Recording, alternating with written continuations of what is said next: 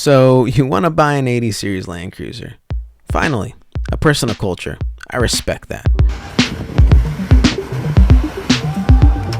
But before you go buy the first Land Cruiser you see, there's a few things you want to check. Think of this as a pre-purchase inspection. I'll do my best to educate you to make sure you get a good deal on your Land Cruiser, because no one wants to sink a bunch of time and money into a vehicle that's supposed to be your adventure vehicle and supposed to be reliable because that's what you told your wife, and you got to make sure that it doesn't break down to you on your road trip because you promised it would be fun. Who would do that? You know who. The 80 series Land Cruiser is considered legendary in the off-road community, and for good reason.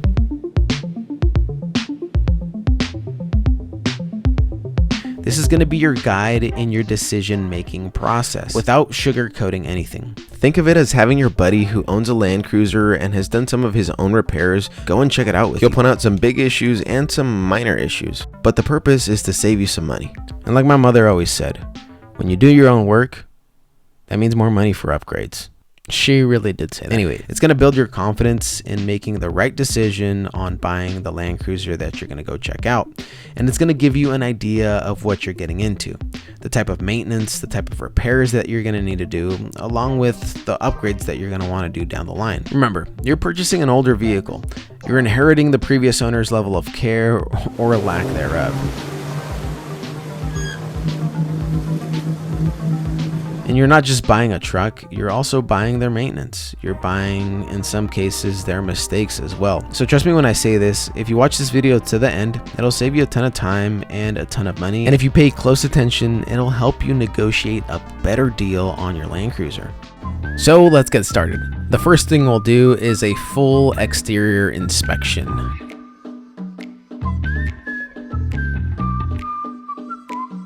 Pretty fun, right? On a Land Cruiser this old, dings, dents, scratches, these are pretty much a given, but we're looking for something deeper than that. For instance, look for repainted panels or repainted sections that stand out. A few repainted panels here and there might not be a deal breaker, but it's just something to note. It gives you an idea of what you're getting into, and it could be something you could ask the owner about. Next, check the body lines. Look for panel gaps. Now, the Land Cruiser has been through a few decades of life, but if those gaps are off, it's a sign that it's probably been in an accident or had some type of repair done. I also like to carry a magnet with me to test the panels. If it doesn't stick, that means there's probably some body filler underneath, and that's another thing to keep in mind. For anyone out there who loves spotless paint, a majority of these vehicles will have their clear coat issues unless it's been babied or repainted. The only colors that I'm aware of that didn't have that clear coat issue were the ones that were painted in white or black, which Toyota only used the one-stage paint on, therefore there's no clear coat. You will, however, see some oxidization or chalkiness in the paint with those colors. Take note of the chips, the cracks, the rust, whatever it is that you see that could be a potential issue for you. Now it's time to get under the vehicle and check it out. I always like to bring some old clothes that I don't mind getting dirty because this part is crucial. I also like to bring safety glasses and a flashlight.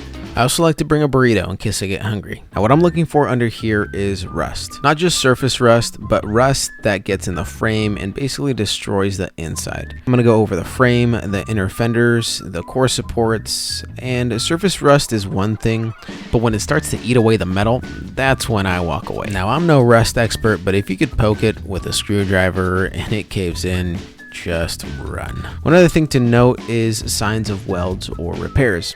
On a rig this old, some repairs might be normal, but anything major could mean it's been through more than you'd like. Now it's time to check for leaks. We start with the front axle and move our way back. It's normal to see a little bit of caked on grease here, but if you see fluid leaking, it might be time for a knuckle rebuild. Like this one and the other one that I have on the other side, they both need a front axle rebuild. While we're here, we'll check the power steering box, make sure that there's no leaks. As you can see from my 91, I do have a leak. That's not that big a deal for me. I just add a little bit of fluid here and there. Another common issue is the pinion seal leak. If you see a little bit of oil right here, that's probably what's occurring.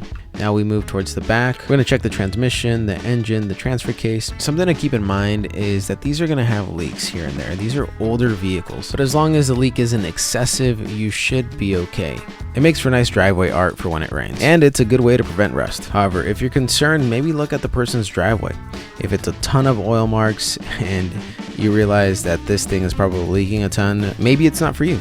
As we continue to make our way back through the vehicle, we're looking at our suspension, we're looking at our drive shafts, we're looking at the U-joints, looking for play, things that look out of line that shouldn't be there, maybe a missing bolt. Just give it a quick run through, and then as you make it towards the back, you'll be able to see the rear axle and just make sure that there's no leaks there either. Now it's time to check the engine bay. This is where things can get interesting. Whenever I check out a Land Cruiser, I try to schedule it early in the morning, and I always ask them not to drive beforehand so that way they don't get the urge to go off-roading and they regret selling it to me.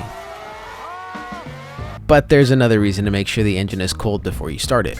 If it's warm, it could hide some type of issues like a rough start. Another reason why I like to make sure they don't drive it beforehand is so I can check the radiator and the coolant. I'm looking at the coolant cap, making sure it has good pressure. I'm also looking at the radiator fluid. I'm looking for signs of corrosion or dirt or oil. These could all be bad signs. If there's oil in there, it could be a head gasket leak. The color that we should see here is Toyota pink. Let's check out my 96. This one has the perfect color. Everything looks good in terms of the radiator. However, when we look at the 91, you could tell that there's a little bit of dirt in here, there's some grime in here, there's no oil, but we definitely need to flush this system again. I've already flushed it before, and so clearly there's more gunk that's coming out. Another thing we're looking for here is good fluid levels. As you can see here on my 96, the fluid level is perfect. If it was too low, that's a bad sign. It could mean that there's a leak somewhere or some other issue, like a bad cap, which you can tell my 91 has. Now I'm going to go through the rest of the fluids. I'm going to ensure that they're at the correct level and verify that they have the proper color.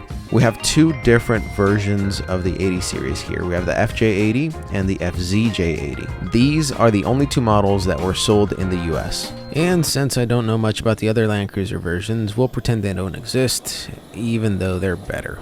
The FJ80 ran from 91 through 92 and it has the 3FE engine in it. The FZJ80 ran from 93 through 97. This one came with a 1FZ FE engine in it. This is also the same engine that the LX450 has, which ran from 96 to 97. So this part's going to get a little bit boring, so please bear with me. We're going through every single fluid on the engine and I'm going to show you how to find it on each of the engines.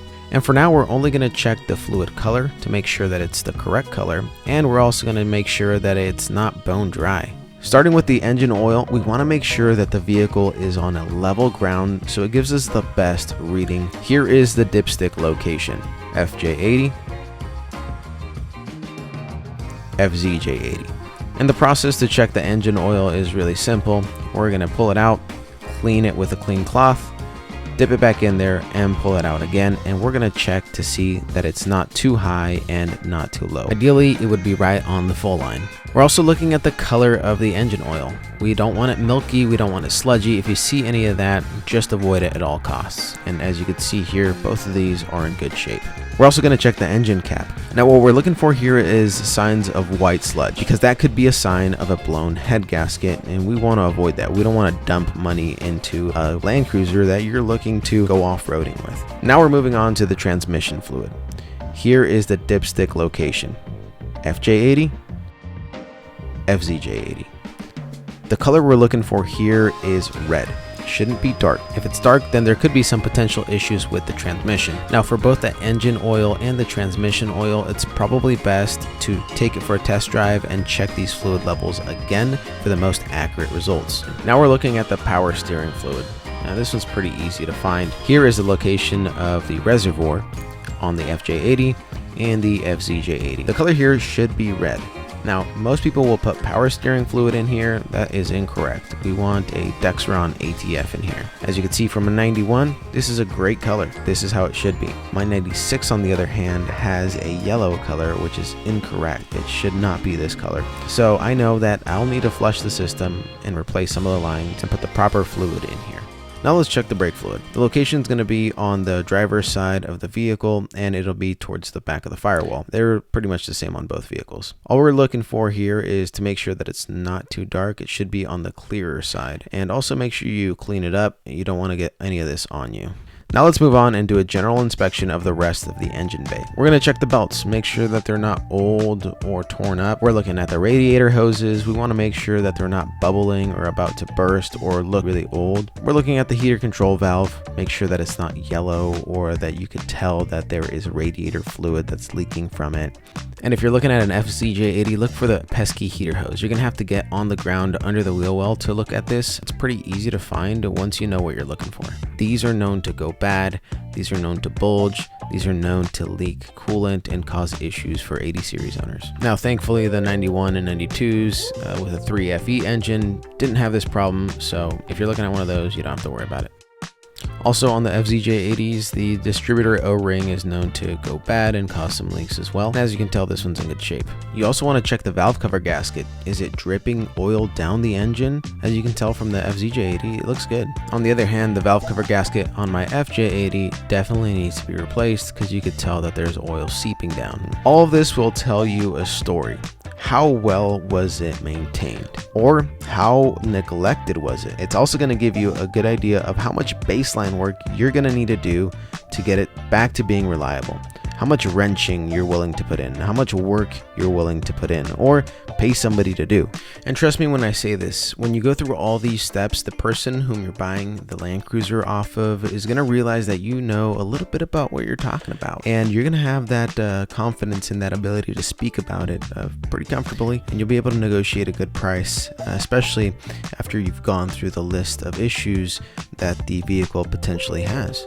Let's move on to the electrical system. Now, this is something very important and often overlooked by many people. I've learned the hard way that bad wiring can cause a world of headaches, especially if the previous owner went crazy with adding accessories.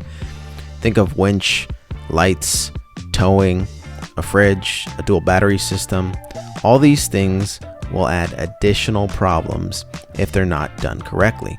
One way to check this really easily is look at the positive battery terminal. Do you see some wires that are added additionally and then being ran back into the vehicle? As an example, here on my 96, I noticed this wire here that isn't supposed to be there. And it turns out it's because the previous owner put in a sub. I confirmed it was routed and fused properly, so all is well. And anyone who's ever purchased a vehicle that has seen a tangled mess of wires is going to tell you the same thing. If you see that, just run. Moving on, we'll check the lights, the horn, just other electrical parts, make sure the audio system is working. Look for little things like blown fuses or a dead battery. If you arrive and they have to jump start the car, then you already know you're off to a bad start. It tells you a couple things. It's been sitting, they haven't been using it frequently, therefore they haven't been maintaining it, and it could just be it's a dead battery. However, it just tells you a little bit about their general attitude towards the vehicle. Now let's talk about the interior. Some people confuse a detailed interior with a Land Cruiser that's been taken care of mechanically. It's not always the same thing. My 96 had some typical wear and tear, especially on these leather seats. These are notorious for falling apart. But overall, I could tell the previous owner took care of the Land Cruiser based on the mechanical inspection that I did. We want to make sure that everything works, that the windows roll down, that they roll up, that all the locks work, the heater controls, the AC. Look under the seats, look for stains, look for mold, look for water stains. A majority of these Land Cruisers have issues with leaky sunroofs, like my 96 here. And that usually means that the drain holes are plugged, and that's a pretty easy fix. Check the sun visors. Look for scratches on the plastic trim. Check the condition of the upholstery, the headliners, the door panels, the trim pieces. Just do a general inspection of the inside. And just something to keep in mind, there are common issues with all of these, like the leather seats go bad, the sun visors are terrible, there's no cup holders, cracks on the dash, no cup holders, the armrest leather goes bad, the shifter leather goes bad, there's no cup holders, the D-light doesn't work, the power windows are slow. Anyways, you get the idea. There's no cup holders. Why? Why is there no cup holders? Sorry, it's just a thing. Once everything checks out, now it's time to start her up. I always listen for weird noises when we first start it, and I pay attention to how the engine runs. I'm looking for strange belts squeaking, I'm running the AC, I'm listening for whining noises, I'm paying attention to a rough start or a rough idle, maybe white smoke out the exhaust. These are all signs of potential issues. And once it's started, now we can finally check the engine fluid levels. and the transmission fluid levels. We want to make sure that those aren't too low. And we also want to look at the cluster. We're looking for check engine lights or other lights that shouldn't be on. You want to make sure that the mileage that they posted in their post is the same as the odometer. If they weren't truthful about the odometer reading, what else could they be hiding? Like this cat here. Whose cat is this, and why is it so cute? It didn't let me pet it. No, nice. You scratched me. Why'd you do that to me? And once we do all that, now we can finally go for the test drive. But we're not just going for a joyride here. We're listening for noises. I roll the windows down, and I like to turn the steering wheel all the way and kind of accelerate a little bit so I can listen for clicking noises as I turn the wheel. If it's clicking, it indicates that there's a worn front axle burr field, and that means that you also need to replace that burr field joint at the end of the front axle. I'll have a video soon on how to do that. We also want to test the brakes. We want to make sure that it responds quickly. On the road, we're listening for any issues during shifting. Is the transmission slipping? Is it taking too long to switch into gears? Also take note of any vibrations in the drive shaft. Could it indicate worn U-joints or other driveline issues? When you switch between drive, park, and reverse, do you hear clunking? That's a sign of a bad U-joint. Another thing that a lot of people don't realize is that these vehicles are slower than most. These are high torque engines. They're not meant for speed. They're great off-road. They're not super fast on the highway. So just keep that in mind. You're not buying a race car. And a lot of people, after they purchase it, they're like, why is it so slow? It's just slow. Another thing that you'll probably notice is shaky mirrors when you're driving, and that's a pretty easy fix, but it's also a common issue. And once you get back from the test drive, make sure that the center locking diff engages. If the vehicle is equipped with lockers, make sure that they work. If you don't know how to use them, ask the seller to demonstrate. And now it's finally time to get back and negotiate a price. Now that you're armed with all this knowledge, you can make a decision on whether or not you want to buy the Land Cruiser that you're looking at. Make sure you include the things that you like about the Land Cruiser when discussing it, and also the repairs that need to be done. Also, let the seller know that you're just trying to pay a fair market value for the vehicle, and you have a budget that you're trying to stick to. Don't be afraid to walk away if it doesn't fall within your price point. There's always Land Cruisers popping up here and there. As an example, I checked out several Land Cruisers before I finally bought this 96. I even drove several hours away to check them out. But I knew that I didn't want to overpay or get stuck with somebody else's headache or problems. And in the end, it was worth it. Restoring these Land Cruisers is half the fun. I have a long list of repair videos on my channel that'll help you get your Land Cruiser back to its original glory.